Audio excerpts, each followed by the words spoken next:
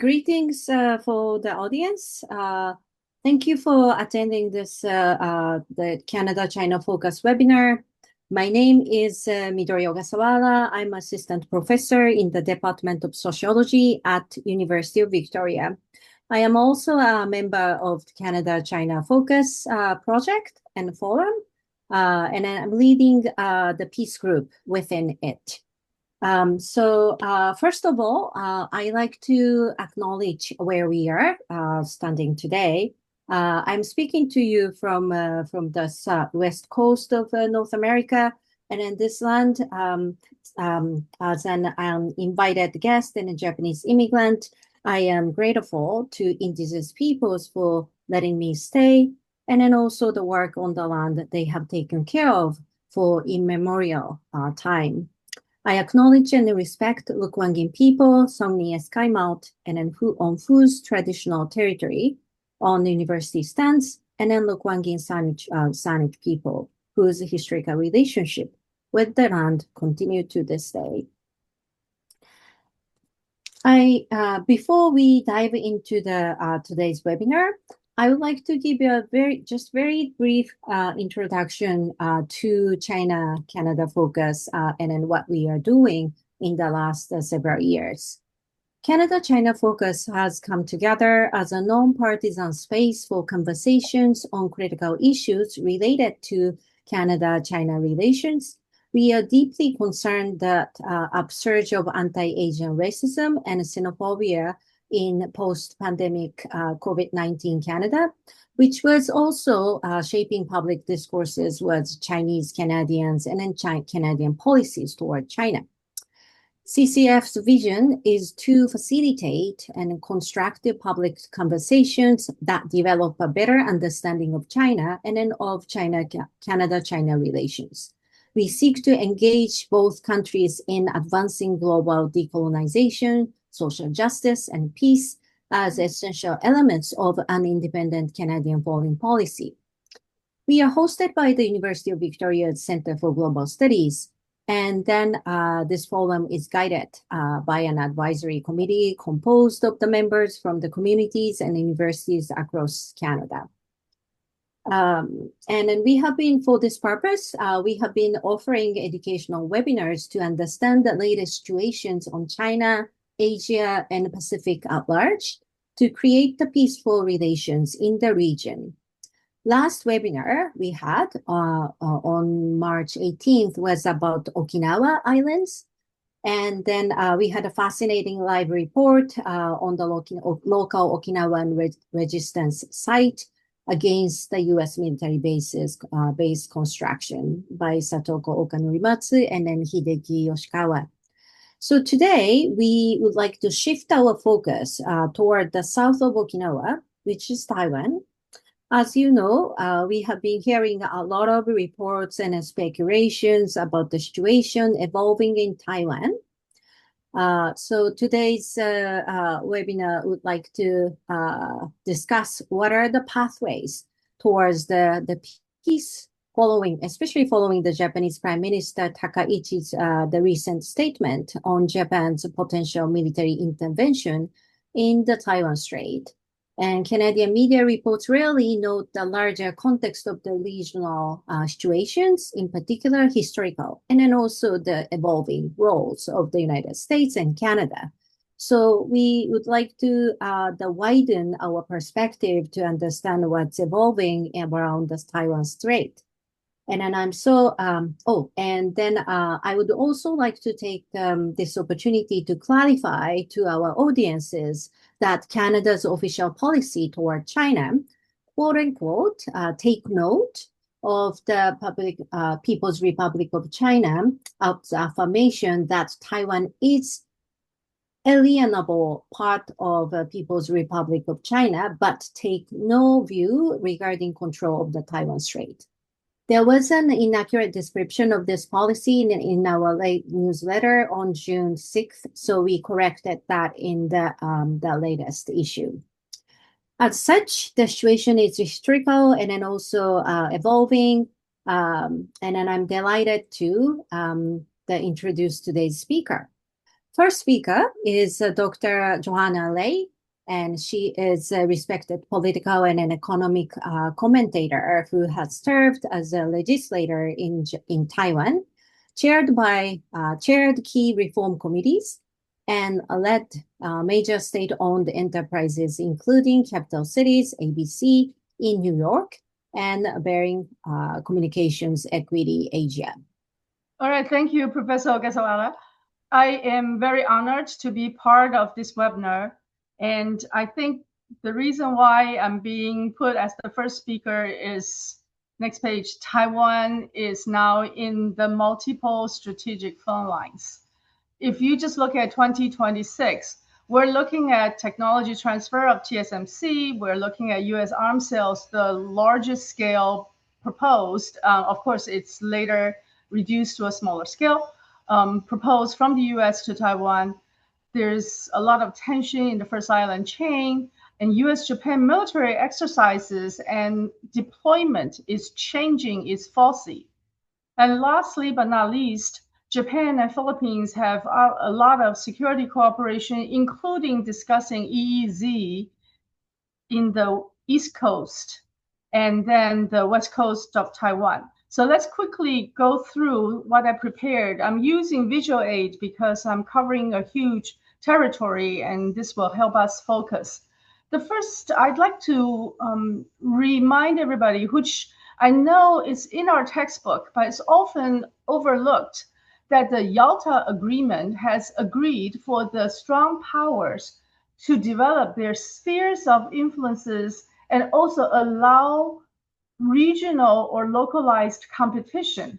And therefore, the division of Korea, of Japan, of Germany, of Korea, and Vietnam are part of that overall post-war settlement. But that settlement didn't deliver a final peace. It was a framework of managing competition among great powers. It's transforming direct warfare into a prolonged Cold War under a US-led maritime order.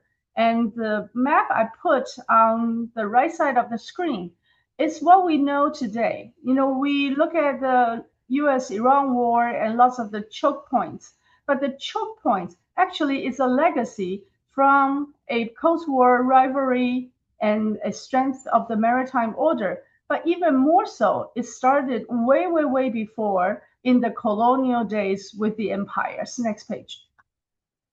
And with that post-war order, the rivalry was managed and multilateral institutions were established. And we went through a period of prolonged competitive equilibrium worldwide. The top lines are UN, NATO, and EU, and the line are the financial side. IMF, WTO, G20 all followed the Bretton Woods Agreement. If we look at that overall lay of the land, East Asia is probably the last region of that post-war non-finality. It hasn't stopped the competition, and it hasn't settled all the disputes. So if we look at the legacy issues, Korea is still divided. Maybe there are changes recently, but to date it's divided. The China-Taiwan with the two governments, while the official recognition shifted from the ROC to PRC in 1972 with the UN 2758 resolution. De facto, the two administrations are still existing, and that's why I put unresolved here. And that's also recognizing Midori's earlier statement on the official stance. But also, China and Japan has not completed its historical settlement, with over 35 million people killed during the Sino-Japanese War and in the earlier part before the Second World War formally kicked in. There was huge historical dispute, and that hasn't been settled, and that we knew. But there is changing and dangerous pattern of new boundary conditions. If you just look at this year, the US-Japan is now, US-China is moving into a strategic reconfiguration, most notably by the recent Xi Jinping and Biden discussion I'm sorry, it's too early for me, so I keep making mistakes. Most recently by the Xi Jinping and Trump meeting, and they decided or at least agreed on the term constructive strategic stability. So there are a lot of reconfigurations in US-China relations.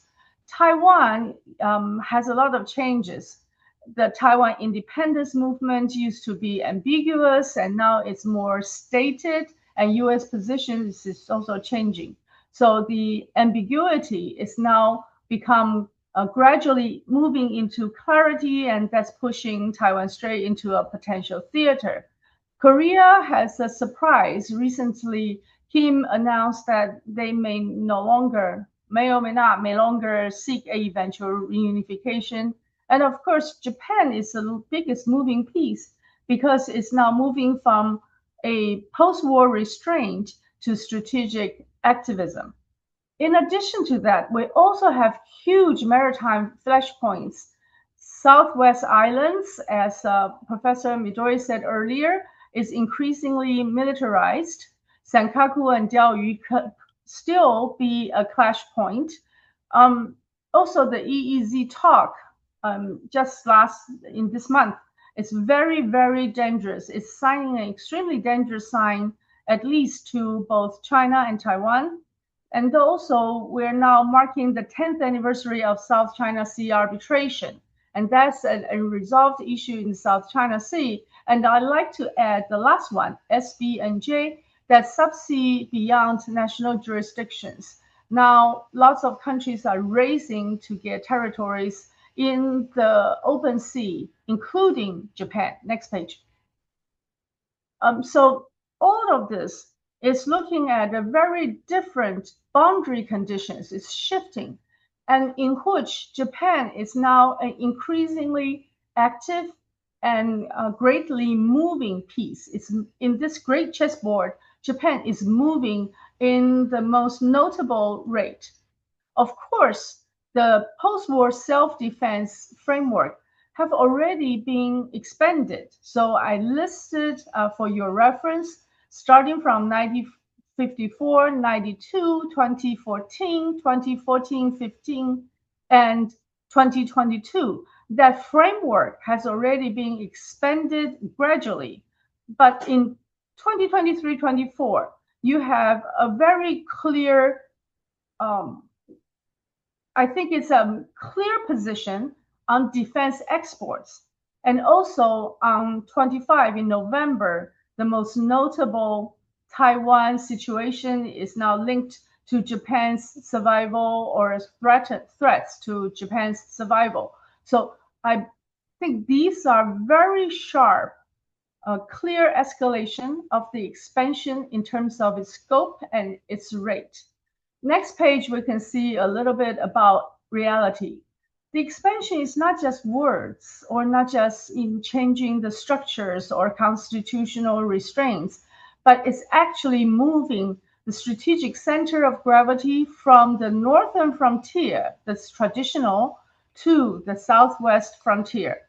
This is directly lifted from the 2025 Defense of Japan, which is the annual white paper. You can see very clearly, and you can go back to the original source that's in that white paper. You can see the increasing arming of the Okinawa and the Southwest Islands. So these are very clear new trends. And we are also looking at a plan to expand the Yunagu Uni-Ijima, which is like 110 kilometers from Taiwan, to actually have missiles in that island. So there are a lot of extension of military deployment and arms in this Southwest Island chains. So it's not just an expansion, it's not a theoretical expansion or, quote, normalization of Japan's self-defense force, but it's also actually a very clear strategic map. This strategic map is outlined, if we go to the next page, in the same white paper by how Japan sees threats to regional security, that's the left part, That's Japan's regional security, and it talks about the potential threats and the areas in which it has potential threats, but also in the sort of the bottom corner, and which is now expanded on the right chart, you can see how they also see China as a expansionary and potentially empirical force. So these gives us a little bit background of what Takaichi is actually doing, saying, and what US and Japan is planning in the military future of our region. With that as the background, I think it's important to give everybody a clear understanding of the fact that we do have, we still may have a choice. Next page, please. Because East Asia has managed this over 80 years of post-war situation with non-finality. Things have not finished, but it has managed it with the sort of right top corner is a prolonged competitive equilibrium. And now with Japan as a moving piece, it matters a lot of how Japan and the US military procurement, arms deployment is doing in this region. We may move between the top right corner, prolonged competitive equilibrium, to the left corner of a structural friction, which can go as simply as tariffs, sanctions, technology controls, financial controls, but also can go as hard and as harsh to military confrontation. So this is where we were and where we are now shifting. But it is very important to us to not go into the left top corner and not into the last possible scenario of a possibility of military confrontation, because we are, next page, is embedded in a new post-Yalta order. There are new geoeconomic, regional, global organizations that's being formed. And I just put some examples here that people know that we have a lot of discussions, negotiations, or joint development possibilities, and we do not necessarily need to go back to a confrontation of blocks or Cold War situation. It is a matter of choice, and it is a race between two forces. The two forces are geoeconomic and geopolitical.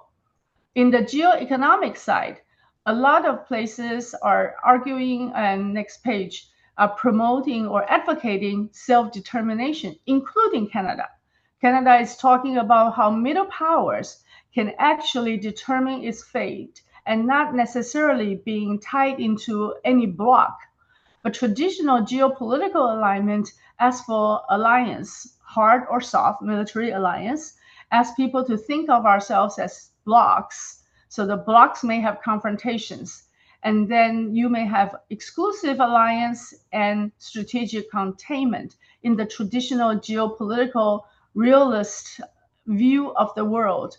But increasingly, we're seeing the world is changing into middle power, or even the South-South alliance are talking about the countries trying to make their own decisions, determine its own fate, including in Gulf, in RCEP, in BRI, Belt and Road Initiative. Next page. So with that, I'd like to conclude my first part of the presentation, and we can explore further. But it is important to note that we are still living in a legacy system created by the Yalta Agreement of the strong powers. They decided that they can have spheres of influences and allow regional or local wars as their proxy wars. The terms we have, Cold Wars, proxy wars, are from that Yalta Agreement of strong powers. It allocated rivalries and managed rivalries through international and multinational orders.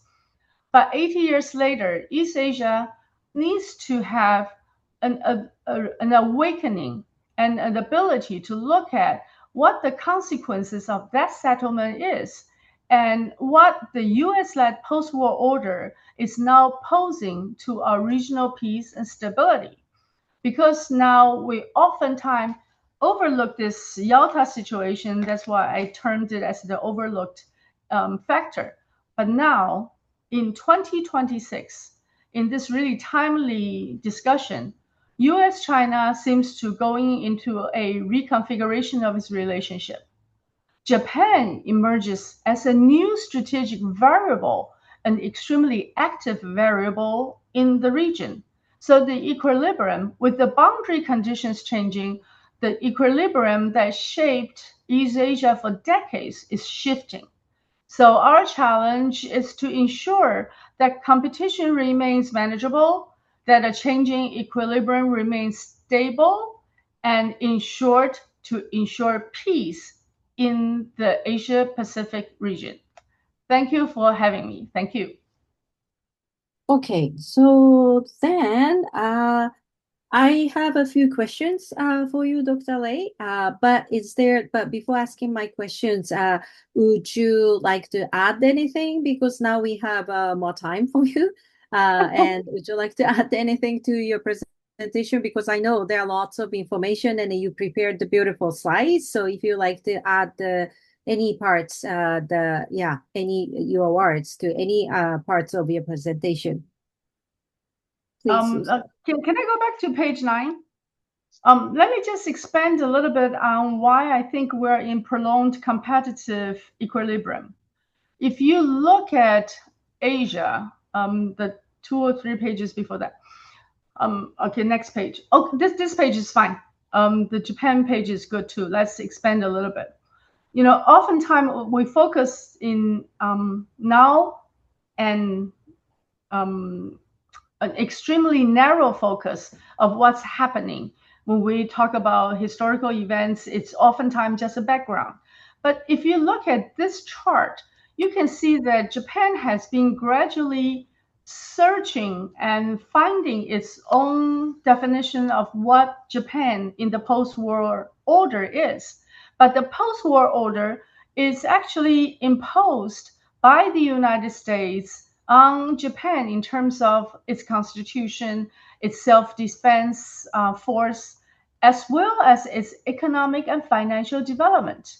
Now, if you look at Japan as a very important economic stronghouse, but also don't forget their trilateral commission, there are a clear acceptance of Japan in all the financial and economic related international organizations. Allowed, quote unquote, by the strongest force, United States. So the connection between US and Japan is extremely tight.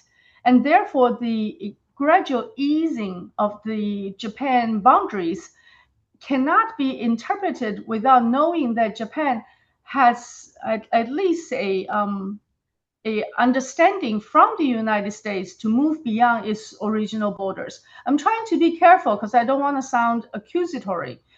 These words can be very inflammatory, as you can see. But Japan is being, quote unquote, allowed, at least by the post-war order, to gradually expand.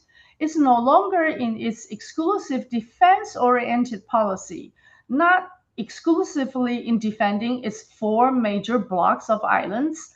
It is now having the counter-strike capabilities and through peacekeeping operations expanded to the coast of Africa. So all these are gradual easing of the boundaries of Japan's military power. And probably I should be more careful in not using military, you should be using a self-defense force. But we all know that it is a very strong naval built out. It also has very strong land built out with the most advanced strategic assets like F-35 from the United States. And therefore, all these prelude before 2023 have already given Japan a new capability of being a strongest ally of the United States, not only in the West Pacific, but also in the Indo-Pacific. but after 2023-24, you can see that Japan, through the defense exports expansion and current discussion of giving defense articles to other regions, have expanded its capabilities of military cooperation or joint exercises with other territories, countries, and so on and so forth. Therefore, the redefinition of the Strait of Taiwan situation in November 2025, Takaichi, in the Congress in Diet, is seen as an extremely important statement that could potentially change the equilibrium, or more simply put, can change the balance, a very difficultly structured and maintained balance in the East Pacific, in the West Pacific, in the Northeast Asia. Next page, and next two pages are more detailed. If you look at the deployment, yes, this page is good. If you look at this page, every country, when they look at their grand strategy, especially military strategy, always have a potential enemy in mind. No country divide or design its defense strategy without a potential enemy. So it always starts with the analysis of the security threats or environment, which is the chart on the left. And this is directly lifted from their white paper. I didn't add anything, I didn't edit anything, but this is how Japan sees the world. If Japan sees the world and its region of having these potential threats to its security, it's then very understandable why Sanae Takaichi's statement and her action is not only reflecting an ideology or political statement, but also a reaction to a very long-standing Japanese view, or at least from the official sort of military-related security officers' view of how Japan should defend itself. So with this, it is very important that when I say Japan matters, I'm actually stating a very clear fact that if Japan moves to the wrong direction, its capability, its scale, its strong alliance with the United States can easily push us into the left top quadrant, which is on the next page. It is so important to realize that when Japan moves, East Asia's equilibrium will move. And that is why we should spend more time discussing how we can prevent this catastrophe and prevent this clash. And in my view, highly unnecessary clash. And that's why I ended with the ability of us having a choice. There is an emerging new economic order in which countries can compete, but also assist each other in building an economic order. With that, let me conclude and give time back to Professor Ogasawara. Thank you for the additional explanation. That was very helpful. Thank you. And yes, I think you are right in a sense that the historical legacy of the Yalta treaty, and then so there are the historical the disputes already in the region about the territories or the border lines, and then today that all the kinds of disputes we started to see again. But I grew up in Japan. And then probably as far as I remember, on the first dispute, this type of like a political discussion debates among the different countries in the East Asia only became very hot debates after the 1990 late 1990s, I would say. Yes, there are the territorial disputes, but these are not really became the real like a diplomatic issue. However, after the 1990s, I'd say like after the collapse of Soviet Union, the end of Cold War, so-called, the more disputes, debate discussed between the political leaders. So my first question for you, Dr. Lei, is what do you see the major the factors of these the territorial disputes coming up, especially in the last few years around the Taiwan Strait? You may probably you have seen all the debates after, for example, Russian invasion to Ukraine, or even Gaza war. Other parts of the world, the conflicts arise, and then the media started to look at Taiwan. Why, there's so much interest, and then also the intervention. You already mentioned about the Japanese case, but it's not only Japan, but also Canada, United States, and even European, EU countries. They send a battleship to Taiwan Strait these days.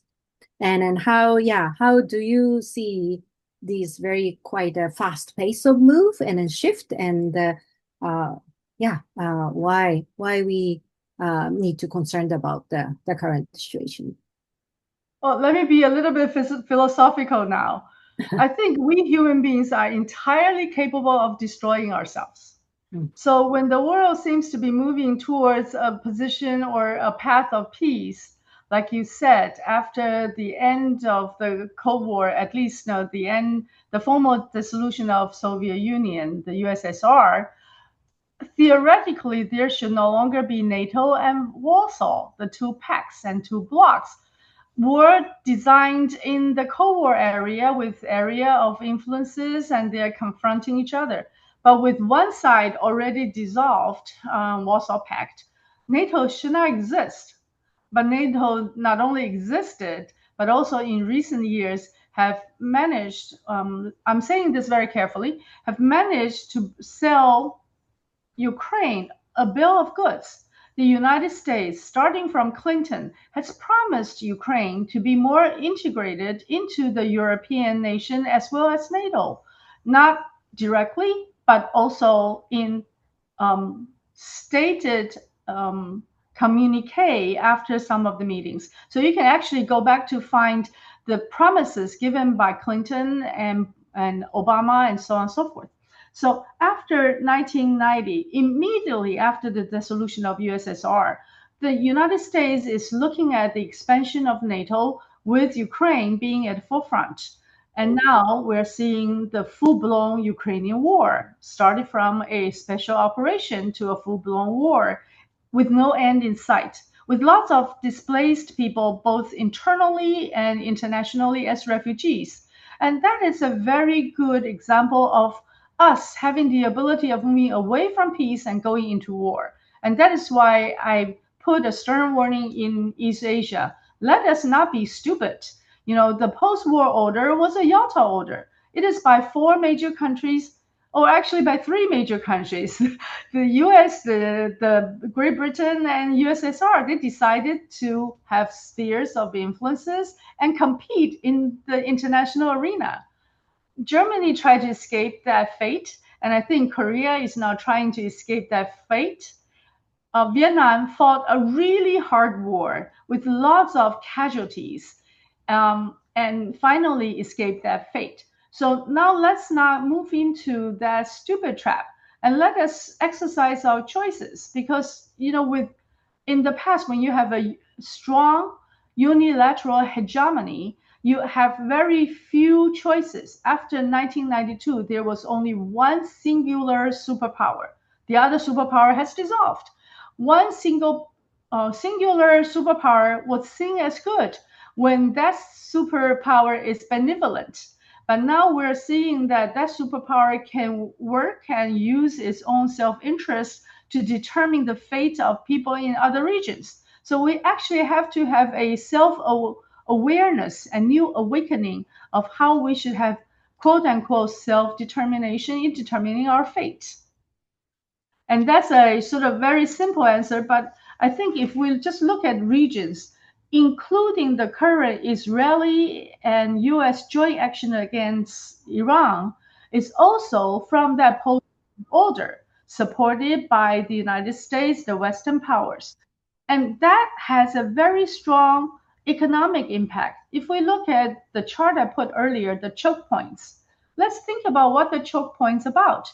The choke points about the Western G7 or G8 at one point, the G7 countries working with the rest of the South countries to develop its own economy, promoting its trade, and having its national development supported and supplied by a global supply chain. And that is what we understand. And that was established by the sea powers starting from the 16th centuries. And we need to have a realization and try to see a new possibility, especially for the hinterland countries, like the stand countries, as well as for Africa, for South America. We look at all these countries whenever they are moving in the right direction of a acceleration in their economic situation, such as Argentina, then the Western power went in and waged a war and stopped its possibility. When European Union tried to use euros to settle its petroleum and gas transactions with OPEC, Kosovo War happened. War was a simple and tried and true tools by the sea powers and but the traditional empires. And now we actually need to move away from that thinking and try to see if we can collectively resolve our pressing issues, such as climate change. We have so many pressing issues. We have gentrification of our population. We have oversupply of everything that you need to redo the distribution and have a more equitable distribution system of premiums and so on and so forth. As the world is asking for all these solutions, we cannot go back to the block and confrontation between two camps. Yeah, that sounds great. I think, especially in Canadian media, it's so easy to fall into the binary vision about the situation in Taiwan, and then also other issues, China versus United States. So I think it's very important to have the more people-to-people conversation, raise the more voice, how we can survive the very difficult situation. But at the same time, I think you are right. The Japanese remilitarization is evolving. And as our audience may know, the Japan upholds the pacifist constitution, which doesn't allow the Japanese government to use the military force to solve any international conflicts. However, the current the Japanese government, Takaichi administration, is eager to change the constitution. And so actually after the March, I think since March this year, the people started to go to the Japanese Diet and then take the protest actions. So yes, people who grew up under the pacifist constitution, they feel very threatened by the fast move by Takaichi. However, on the other hand, not all Japanese people are aware of the southern world, the shift of the self-defense force. And I think you're right. Like it's not only the discourse or the words by the governments. They are, physically setting up the new bases in and then around Okinawa's, and then the growing the military capacity to attack the other countries. So it's not only the defense. Now they are growing the capacity of aggression. So then I would like to know how the people in Taiwan has been hearing the news about the Japanese militarization. Do they feel like threatened, or do they feel supported, or do they feel given the historical context of the Japanese colonization of Taiwan, what are the people's responses to the latest Japanese move toward the remilitarization? Well, this is an extremely insightful question, because while we try to steer away from dichotomous thinking, Taiwan is actually quite dichotomous. If you look at the current President Lai Ching-te and his position, his political stance, is Taiwan independence with the support of US and Japan. And if you are pushing for an independent Taiwan as to separate from China, definitely you will need to plan for a potential military confrontation, because the current equilibrium, the current balance is, while there is a international recognition of PRC starting from, like I said, 1972 in Resolution 2758, that shifted the recognition of quote unquote the official Chinese government from ROC, which is now in Taiwan, to PRC, which is capitaled in Beijing. So that's a little bit of historical background. While it has shifted, the international community has shifted its recognition of who represents Taiwan. Currently, the two sides have the same constitutions, both maintained one China. There is only one China in the ROC constitution, which is still in action in Taiwan, and one China in the PRC constitution. The definition has no one China, one Taiwan possibility. But the Lai Ching-te administration is pushing for a two-state, quote-unquote, solution to have Taiwan as an independent country and potentially re-entering into UN under the name of Taiwan. And with that position, he actually needs a very strong narrative to tell people in Taiwan that, hey, look, if we push in this direction, it is beneficial to Taiwan because we are independent, but also we will be supported by the US and Japan. And therefore, Sanae Takaichi's statement is seen as a welcome sign following Abe's statement, which was the precursor of Takaichi's statement. So in Lai Ching-te's administration, the U.S. statement is seen as a strong iteration of the U.S. and Japanese support. And if not U.S. directly, U.S. military support via Japan, via the alliance of U.S.-Japan that will cover Taiwan. And this is not just imagination, because starting from the early 21st century, the U.S. has gradually allowed Japan to expand the territory of the US-Japan alliance to cover the Southwest Islands. The Southwest Island incidents or situations has already been covered by the US-Japan alliance, and therefore the new militarization of the Southwest Islands is just an extension of that early 20th century extension by Japan with the United States. So we can see that when they think about grand strategy, the military grand strategy always have a theater in mind. And the theater has moved from north of 27 degrees to south of 27th degree. 27 degree is a demarcation. It's moving south and it's pushing downward.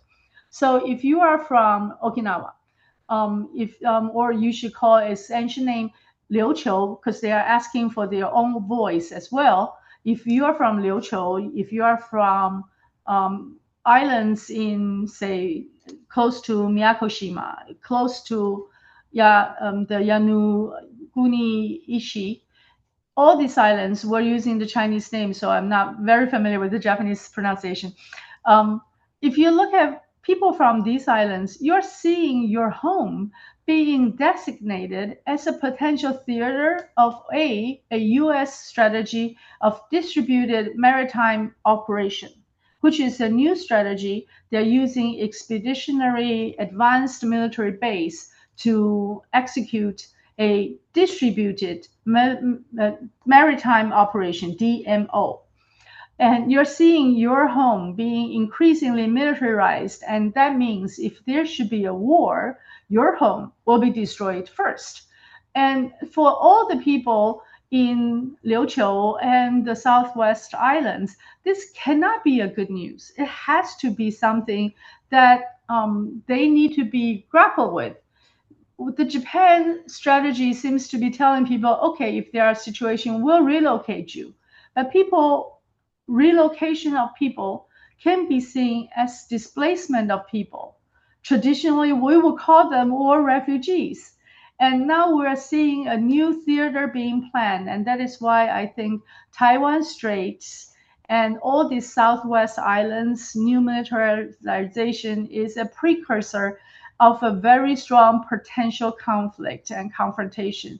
That cannot be good. We need to move away from that, but current Japanese government is moving in this direction with its own picture of the world. And that is why I put their view of the world in the presentation. We need to understand that it's not just crazy politicians making strange statements. It is a view of the world and a view of the threat, and a military deployment, grand strategy, big plan according to that plan. So whoever is interested in this issue, I would urge you to read the white paper 2025. Thank you. Thank you. Yeah, just to remind, not of course not all the Japanese people support this the Japanese government move.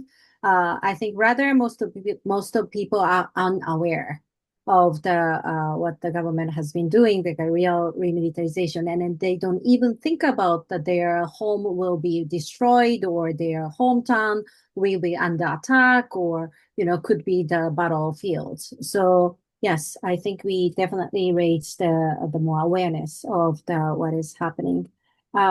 I have one more question about the how the Taiwanese people think about the Japanese, sorry, not Japan, but the United States, and then also the Canada's involvement in the region.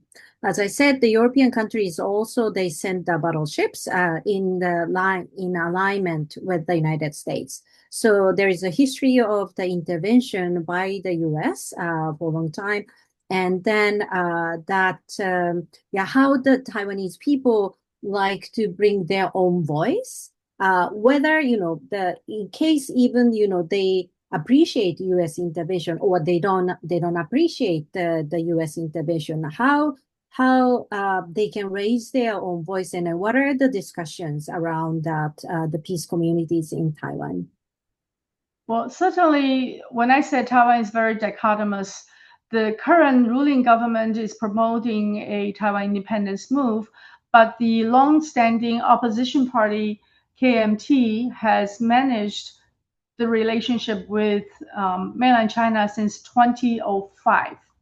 And with that new opening after a warring situation for over since 1949, there is a new beginning of increased exchanges across Taiwan Straits from 2005 to 2016, which stopped very abruptly with the DPP government winning the general election. So you can see that in Taiwan, people are very I should say, have very diverse relationship and experiences.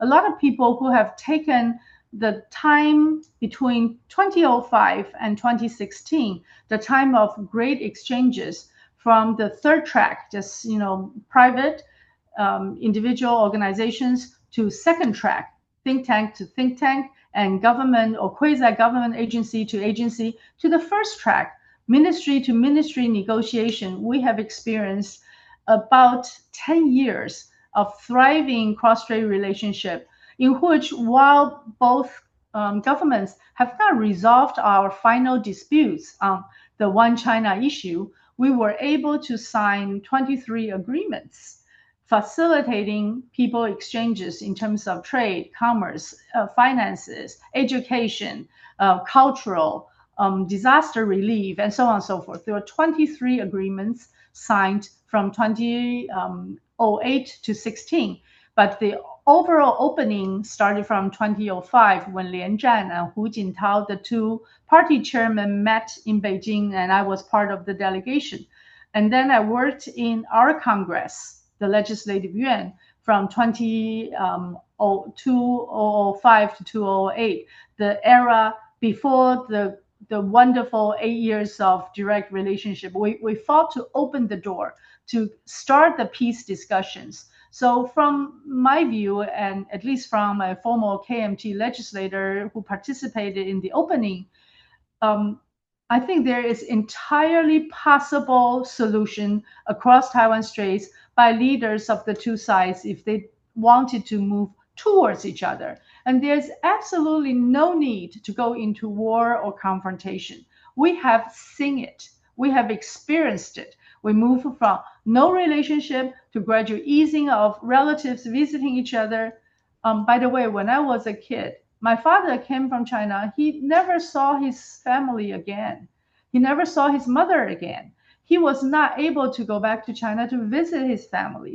So there was this real strong chasm across Taiwan Strait. Taiwan Strait is not a shallow sort of strait. It is a chasm across the two sides. But now from 2005, we were able to open the doors. And so in Taiwan, you can see one group of people who have seen what possibility lies ahead if we push towards this peaceful resolution. And the other side continues to believe that we need to confront China and push for Taiwan independence. So for the ones who are pushing for peaceful resolution, currently they're experiencing some changes as well.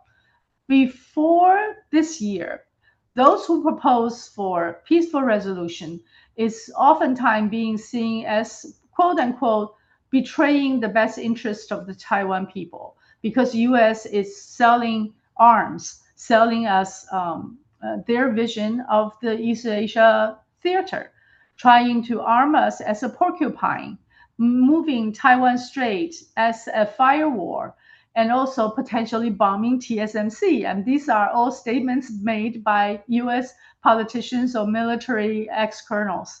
So they're seeing Taiwan as something that could be another proxy war, can be a war between China and Taiwan, and therefore they proposed and promised a US support to that unfortunate scenario, which is pushing KMT in a very strong, a very tight corner. Because how can you not defend yourself? How can you not buy more arms?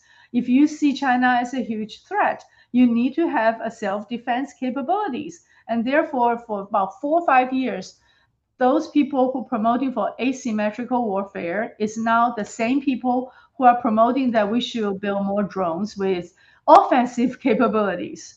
Those who propose to confront China in terms of Taiwan's official status push the KMT and the people who work on the peaceful resolution into a very silent position until this year.